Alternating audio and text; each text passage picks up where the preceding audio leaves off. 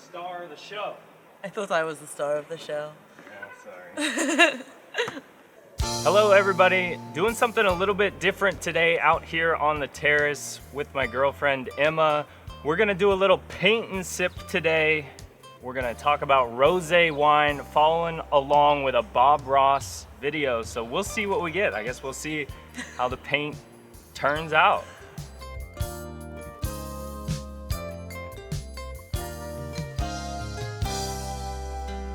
All right, so go ahead and get us, do the honors here. Get us the rosé. I will get I like the screw top.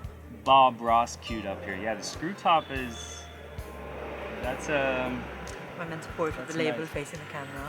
if you're fancy.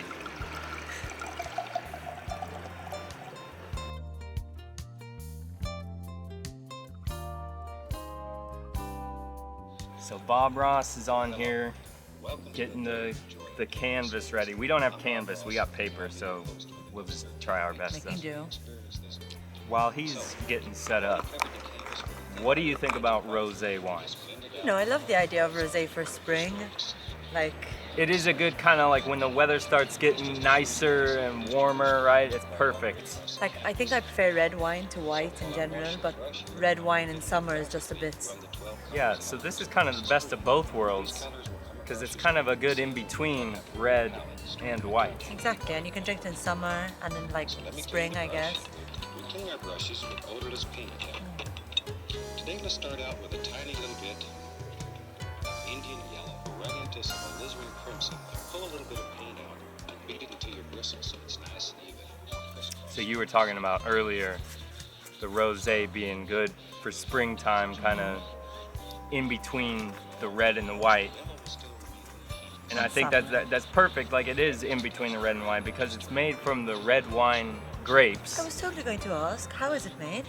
Made with the red wine grapes with the skins on, but only for a short time. So then they leave the skins in with the juice just for like a few hours and then remove the skins. And that's where the color comes Yeah, from. so the color Makes sense. comes from the skins. And is it the same grapes as we'd get in like red wine that we drink? Yeah, so I think this one's the Nero d'Avola and Syrah Okay. grapes, which is, your red wine that you would normally have. Huh.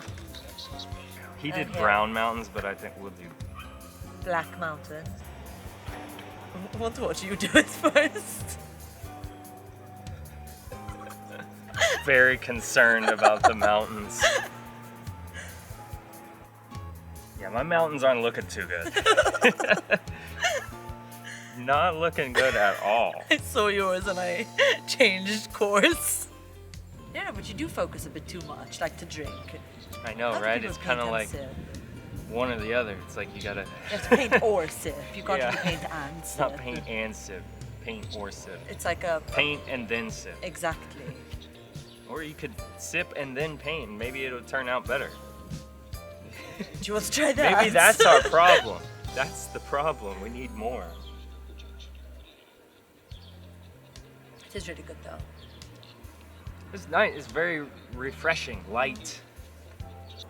What do you think about the marketing of rosé wine? Okay, that's a fair question. I feel like in general, I feel like it's very marketed towards women, which I hate. I mean, Definitely like a stereotype, I guess. I mean, look at this, right? it looks like makeup. Look, we got a lot of pink on here, It's very perfumey. flowers. But then again, the fact that pink and flowers are associated with women is something that's quite an antiquated notion, and I think we're moving away from it now. Right, so this is like your wheelhouse here. You're really into this kind of thing. Feminism. Yes. That kind of thing. But no, I'm saying like you've looked at this issue. No, I have read before. up on it, yes. I mean, it stems from stuff like pink tax, how you'd have the same razor blade marketed towards women and it'd be more expensive. And it's just something that's a bit null, I think, at this point. Like, we can do better for 2021. Right, because the question is like, why? Well, there's a couple things here. One, I mean, whether this is, quote, girly or not, I mean, that's a whole question. Yes. But why is this marketed towards women? Like this, looks like this is, they're pushing towards women, But right? it looks like that because of the things that we have. But I mean, it is true. You hear, like, you watch television and you see movies where a man ordering a cocktail at a bar that's like pretty and pink is mocked, like, relentlessly. Right, and so even going to the store and buying these, I'll be honest with you, like, it feels a little weird. It's just like there's the stereotype out there. It's like, guys, you don't really drink rosé. You drink beer. Drink beer and whiskey, right? No, I don't know. But then that works in the inverse, because I have a couple of friends who are really into whiskey, and when they order whiskey in a group, like a pre-corona group at a bar, they're told, like, well, they order it, and then the server brings it and puts it in front of the men at the table. Oh, because he That's thinks just- it's gonna be for them. It's just Yeah. really not cool. Like, it's not okay. And I think, I don't know, gendered marketing in general is something old, antiquated, and doesn't fare well for anyone in the long term. Like, men should be able to drink whatever they want, women should be able to drink whatever they want, anyone in between should be able to drink whatever they want, and I don't feel like there's a need for this. Yeah, I mean, why can't a guy enjoy this wine? It's wine. It's made from the red wine grapes, It's the same thing. Same thing. And really, when you look at this one in particular, this is actually more orange. To be fair, yes, the one I used to drink when I was younger was very pink, but I think that is reflected in the price point. But then that brings up another topic, which we have seen a couple, maybe not as popular, but like a brosé type thing. Oh my god, if I rolled my eyes any harder at the concept of brosé, I would Like, never get them back. I have never seen them before, but we looked them up and saw that it is actually a thing, brosé, so it's called brosé. You got a different picture on there. It's clearly more marketed towards men. No, and it actually says, like, when you see the About Us on the website, it's kind of like, we wanted to market rosé to men. Yes. And that's just sad, no? Yeah, well, I mean, I think they could make a lot of money off of that, but yeah, it is sad that it's a thing. And it's not the answer. I'm not saying No. that that's going a little too far. I feel like we just need to remove the idea that like any one gender should be confined to our preconceived notions of what they should and shouldn't drink.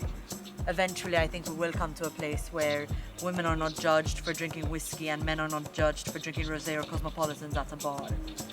And I mean, I can't wait to be there, to be honest. I feel like judgment is at the root of this. Why would another man, or anyone really, judge the fact that you enjoy rosé? Yeah. I feel like that's also fragility in itself. And I feel like we don't Right. need that. Why can't I just drink pink grape juice? Right? What?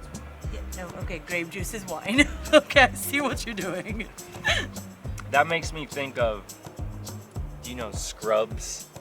The show. Yeah. Yeah. And I forget his name, but that kind of funny guy, one of the main characters, that funny guy. Zach Braff one. Yeah, I think that's him. And he likes the apple teenies or whatever, Yes, right? exactly. And that's a source of constant mockery. Yeah. And you get made fun Chandler. of. You get made fun of it because. It's constant. But it's like it's just a drink, right? Because we did see an example of kind of a more neutral. It's not marketed towards women. It's not specifically marketed towards men. I saw pink. It's actually got a picture of like a race car driver that was in their family. He was a race car driver. That's a super cool winery though. Yeah. Like, I love what they're doing. And I mean, that's just kind of, you're not going after marketing it towards women. You're not going after marketing it towards men. I feel Anybody, because anybody can. like they're in the future. Yeah, exactly. So what's the key takeaway with the whole marketing of rosé wine? Well, I think the key takeaway is that everyone needs to be drinking what they want to drink and not allowing gender stereotypes to determine what their preferences are. And this is actually something we discuss a lot in my Instagram group, which I run with a friend of mine, Sophia. It's called I ate bite, which is in Maltese, but it essentially means I'm fed up and I'm tired, well, the other way around. And it's something we started in response to, like, a lot of exhaustion at the state of the world and what it means to be a woman or a man living under a patriarchal society. So I think it's a good resource for these things, and we talk about this a lot, and like expectations of gender and toxic masculinity and fragile masculinity and all of these things and how they interplay to create a world that no one really wins in at the end of the day. And I think everyone should just drink rosé. Drink rosé if you want to. If you want to drink pink wine, go for it, even if you're a guy. All right, well, I'll drink to that. So for now, cheers. Cheers.